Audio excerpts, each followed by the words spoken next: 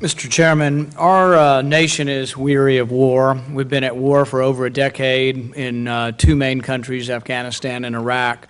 I don't think we're eager to get into another war. I talk to our young men and women who have volunteered to fight in war. I think it's not a good idea to get involved in Syria. I think it's a very murky war with so many different factions that it's hard to know who are our friends, who aren't our friends, who you should arm, who you shouldn't arm. I don't think anybody can sit here in Washington and say, well, I'm confident these weapons are only going to good, liberty-loving, Jeffersonian, type of Democrats in Syria, and that bad people aren't going to get these weapons. So I'm very concerned about giving weapons. I think also, when you think about the amendment that I'm offering, the First Amendment, it clarifies that the 2001 use of authorization of force does not authorize intervention in Syria.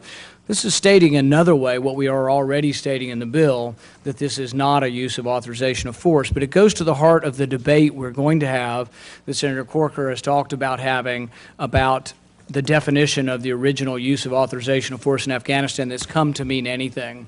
And I think it's important that we state explicitly what we think it means.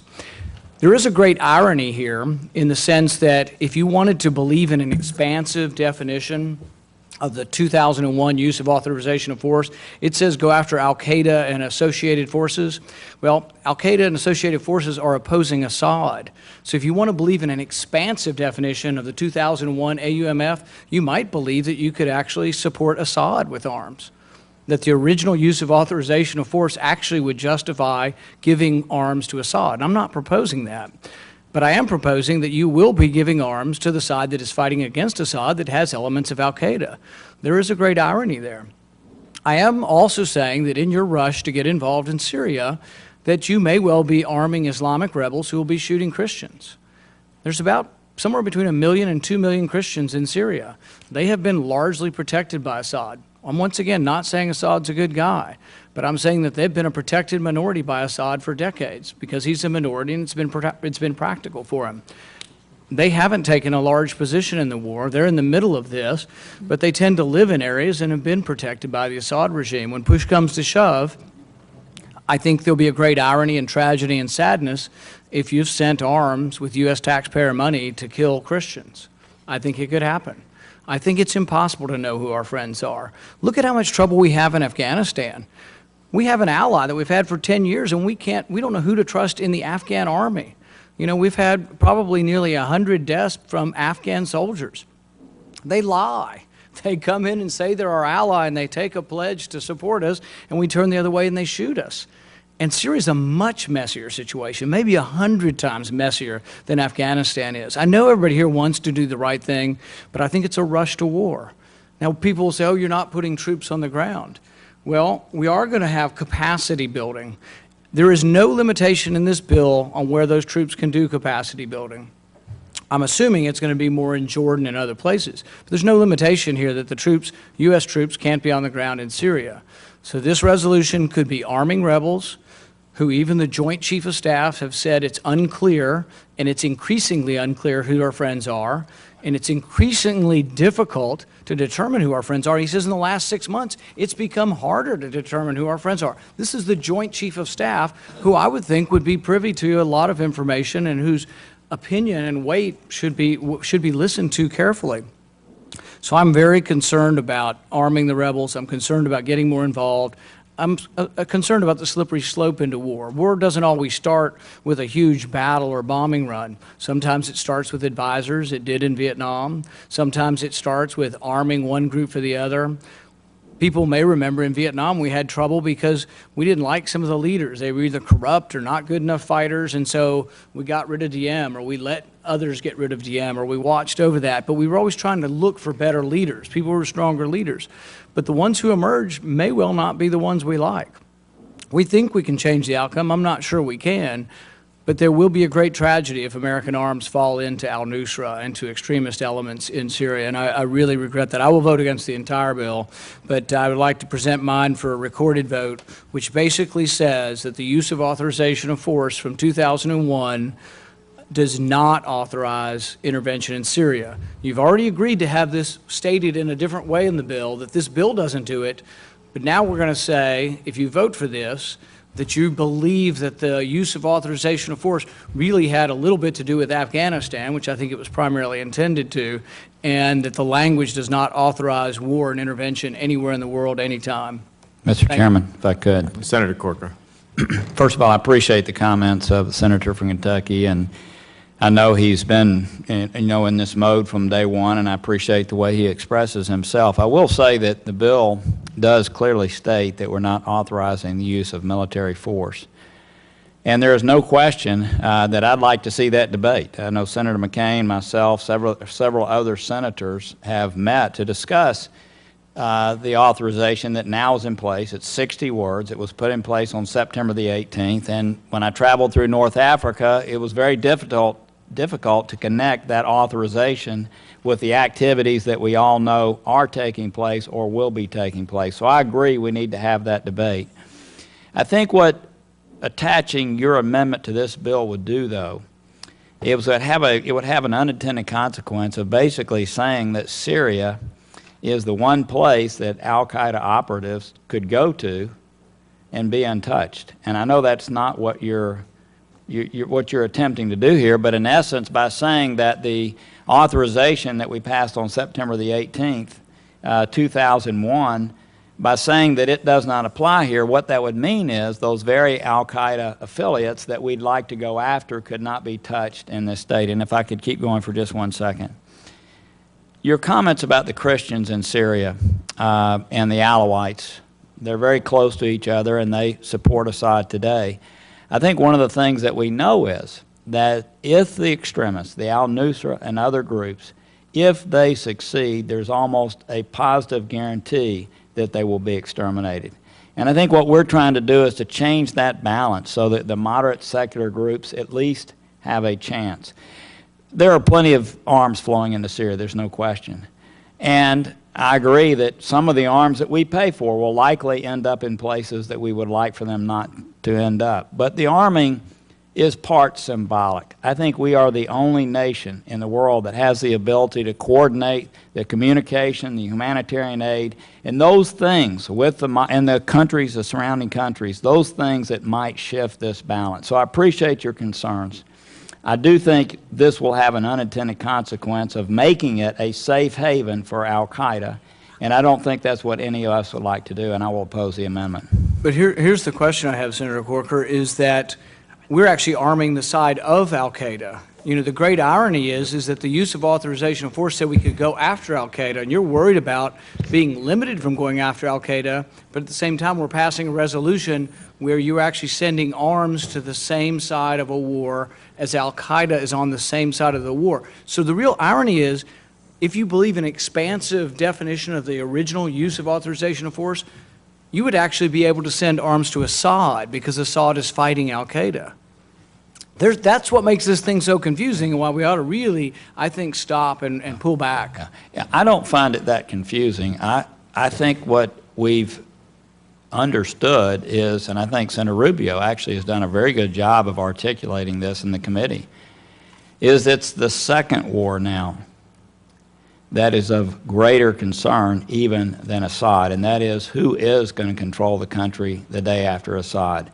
By sitting on our hands and not getting involved in a little different way, it's almost assured that the group you're talking about, al-Qaeda, or at least extremists with similar views, will control the country. That's what we're trying to not do. And I want to add, we have all kind of provisions in here about man pads and the types of activities that have to occur before any type of anti-aircraft, whether it's mounted on the back of a Jeep or on a shoulder, can be utilized. So I think there are a lot of safeguards here. I understand your concerns, and I appreciate the way you articulate them. I do think this amendment would be destructive to the bill and to our national interest. Anyone else seeking comment on Senator Paul's amendment? Yes. Thank you, because I think Senator Paul's amendment goes to the heart of this entire debate about this issue. So there are 4 quick points I wanted to touch. The first is, I would not support this bill here today if it did not read specifically to say, nothing in this act shall be construed as providing authorization for the use of military force by the United States Armed Forces. Meaning, if this thing was going to become the next Afghanistan or next Iraq, I would not support this, nor do I think this committee would support it, because no one wants to see another conflict like that, nor, quite frankly, do I think we need it in order to accomplish our national security goals. The second point I think I'd want to address is this notion of the side of al-Qaeda. I'm not sure that's an accurate description of the conflict that's on the ground. This is not the War of 1812 where there's two clearly defined sides going after each other. This is basically a loose conglomeration of different groups operating. They share one goal, which is getting rid of Assad, but the reason why they all want to get rid of Assad is so they can be in charge, and so they started fighting with each other in that regard as well. And so I think that's important to state. The third point I'd make on the shedding of the blood of Christians, I would say two things. First of all, I think that Assad has plenty of blood on his hands, including the blood of Christians. Syria has basically been a way station for some of the most horrifying terrorist groups in the world who have carried out attacks against America's interests and against innocents, not just Christians, all over the world. The second point I would make is that as far as arming or being involved in this conflict, that's why the vetting is so important. Because we do want to make sure we're not arming people that are going to turn around and use those weapons to slaughter not just Christians, but any innocents. In essence, we don't want our weaponry or our things that we're providing to be used to commit human rights violations. And so I think that's why the vetting components of this are so critical. The last point I would make, and I think I'll say it now because I think it's going to apply to a number of these amendments that we're going to have today, Syria is awash in weapons. There are weapons everywhere in Syria. The problem is that the people who are best armed and best equipped in Syria are the ones that are willing to deal with the radical elements of the world. So if you're basically willing to deal with the most radical elements out there, they will equip you, they will arm you.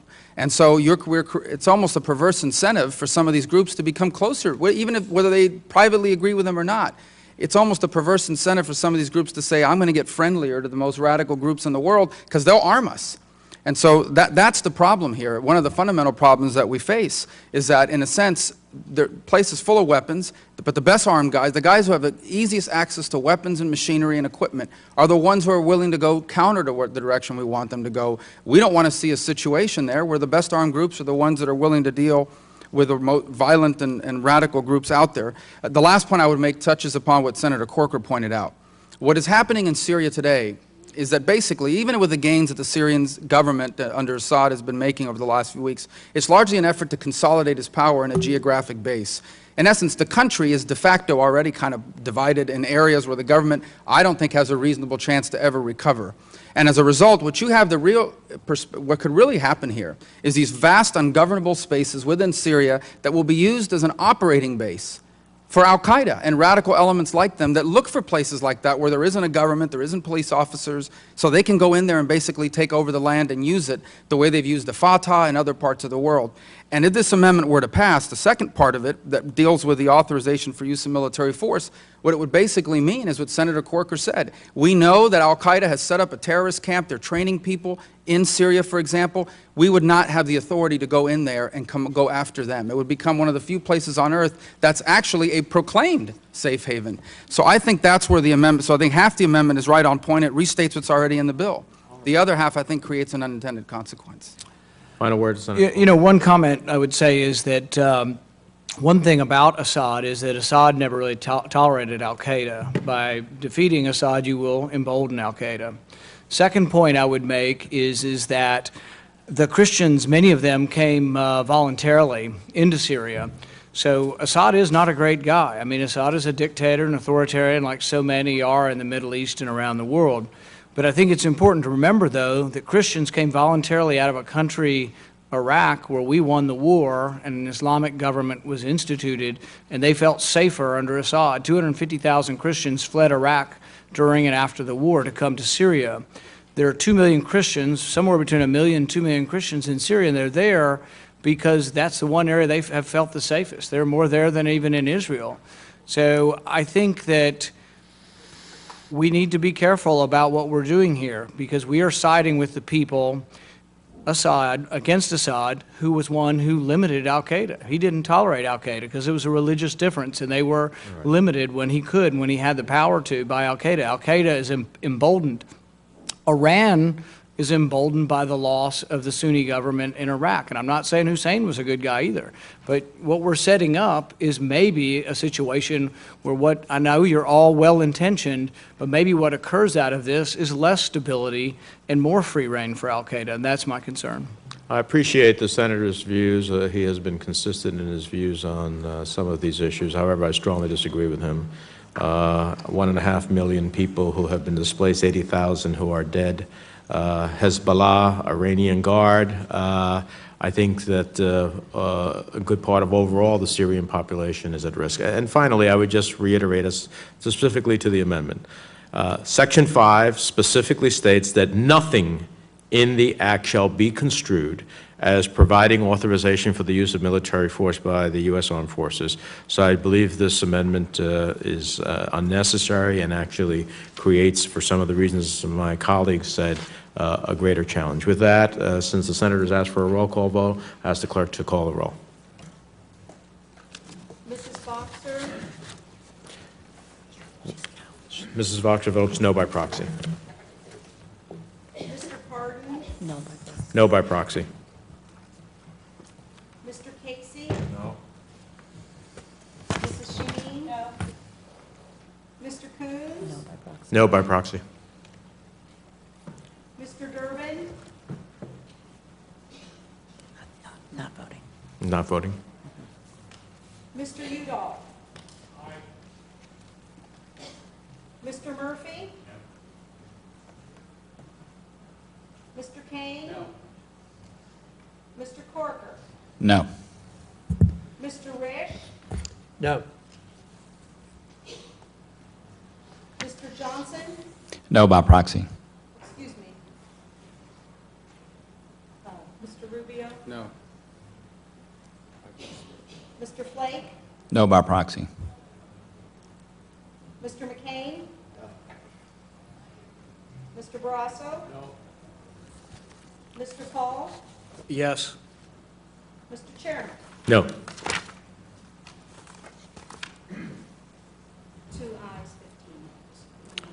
The amendment is not agreed to. Is there any other amendments offered?